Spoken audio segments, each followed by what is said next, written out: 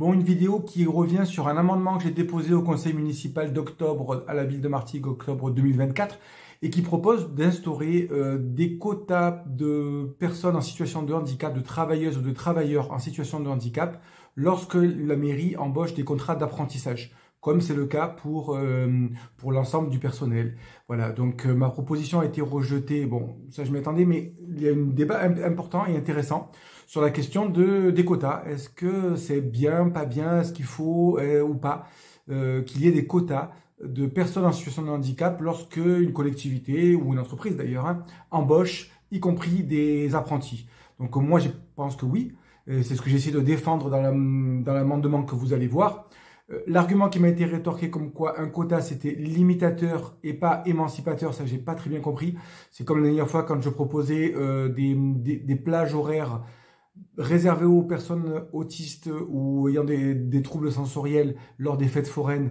On m'a expliqué que ça c'était ségrégatif et que ça avait tendance à ne pas inclure les gens mais plutôt à les pointer du doigt.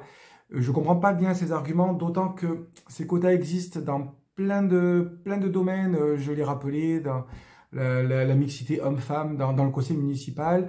Ça existe pour construire des logements sociaux. En tout cas, si à un moment donné, dans les politiques publiques, il n'y a pas l'imposition de normes extérieures au bon vouloir des élus, je pense que ça ne crée pas quelque chose qui est durable et qui est égalitaire. Alors, et ça ne remet pas en cause justement ce bon vouloir des élus, et je suis absolument persuadé et très satisfait des réponses du maire, de l'adjoint à l'égalité ou du premier adjoint, qui rappellent qu'ils sont sensibles à cette question-là, et j'en ai aucun doute là-dessus. D'accord? Je sais bien qu'à Martigues, des efforts sont faits et tout ça. Mais pour moi, c'est important que ce soit inscrit dans le marbre. D'abord parce que les élus, on ne sait pas, on peut changer. Les élections changent les choses, alors que les délibérations, elles marquent quelque chose qui s'inscrit dans la temporalité. Et en plus, je pense que ça participe à faire prendre conscience à tout le monde que si on ne s'impose pas des quotas à un moment donné, c'est comme la règle verte par exemple que j'ai proposée dans le budget, qui est une règle verte qui nous impose des limitations en termes de production de CO2, etc. Parce que si on ne le fait pas, en fait, eh bien on se dit, c'est le mythe du roi Saint-Louis, on se dit, ah, les élus sont bons, ils sont intelligents et ils vont tout faire. Oui, parfois c'est vrai, mais parfois c'est pas vrai. Un amendement. Oui, tout à fait. Je propose un amendement, tout le monde l'a sous les yeux, c'est bon? Ok. Pourquoi je propose cet amendement? Parce que ça fait plusieurs fois en fait que je le propose, la dernière fois aussi. Mon idée, c'est qu'il y ait un quota de personnes en situation de handicap qui puissent faire partie des contrats d'apprentissage.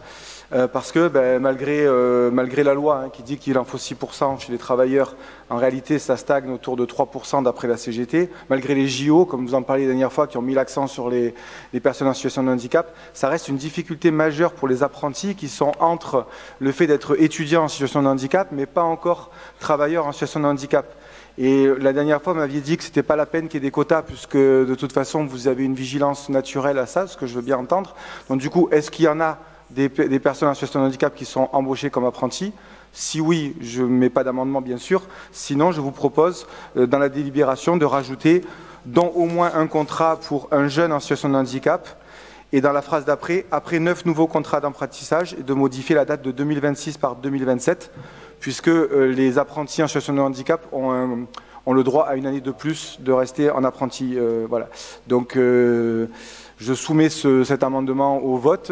Sauf si, bien sûr, c'est déjà le cas et que vous aviez déjà eu il y a déjà des apprentis en situation de handicap que vous avez fléchés, quoi. Voilà.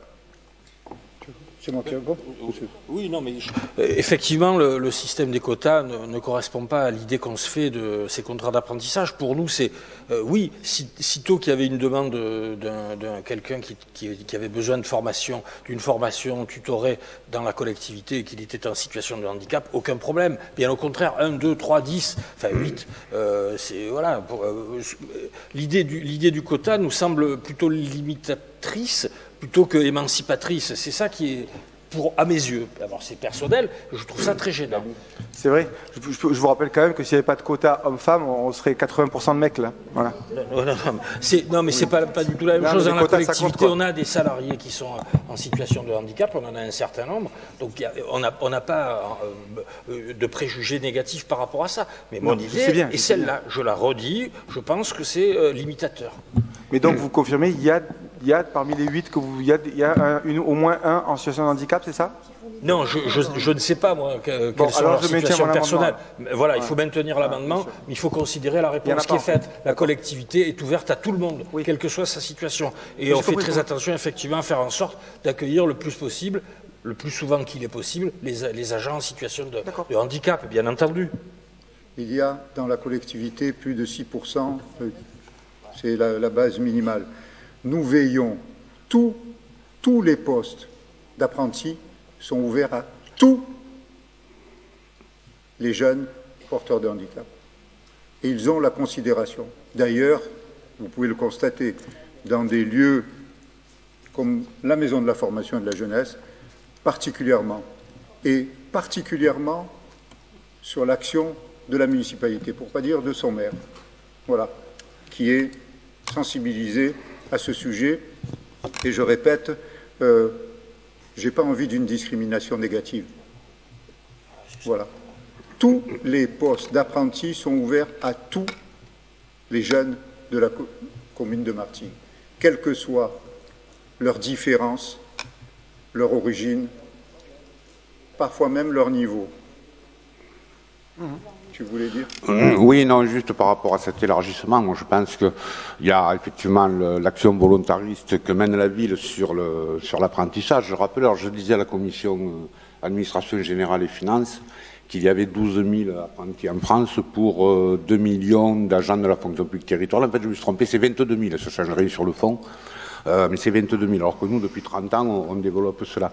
Mais je voulais dire aussi, en tant que président de la mission locale, l'ensemble du travail que l'on fait sur l'apprentissage. C'est 95 contrats d'alternance que nous signons par an, dont 90% sont des contrats d'apprentissage et 11% et 10% des contrats de professionnalisation, et que nous utilisons ces mesures, y compris parce qu'elles permettent pour des jeunes en situation de handicap de repousser la date limite des 25 ans jusqu'à 30 ans, et que nous développons fortement ce travail-là. Je me permets quand même de dire aussi que dans la loi de finances, sur des choses indirectes de ce dont a parlé Monsieur le maire tout à l'heure, le gouvernement a décidé de baisser les aides à l'apprentissage. Et que, alors que nous avons senti, depuis qu'effectivement il y avait un véritable accompagnement que nous mettons en place à la mission locale, et qu'il y avait des financements qui pouvaient inciter les entreprises à signer des contrats d'apprentissage, grosso modo 6 000 €, ça passe à 4 500 €, ça va être une catastrophe, alors que l'apprentissage, on sait, l'alternance en général, sont des outils d'intégration des jeunes, de l'ensemble des jeunes, qui sont assez forts et sur lesquels nous travaillons beaucoup au niveau de la mission locale. Voilà.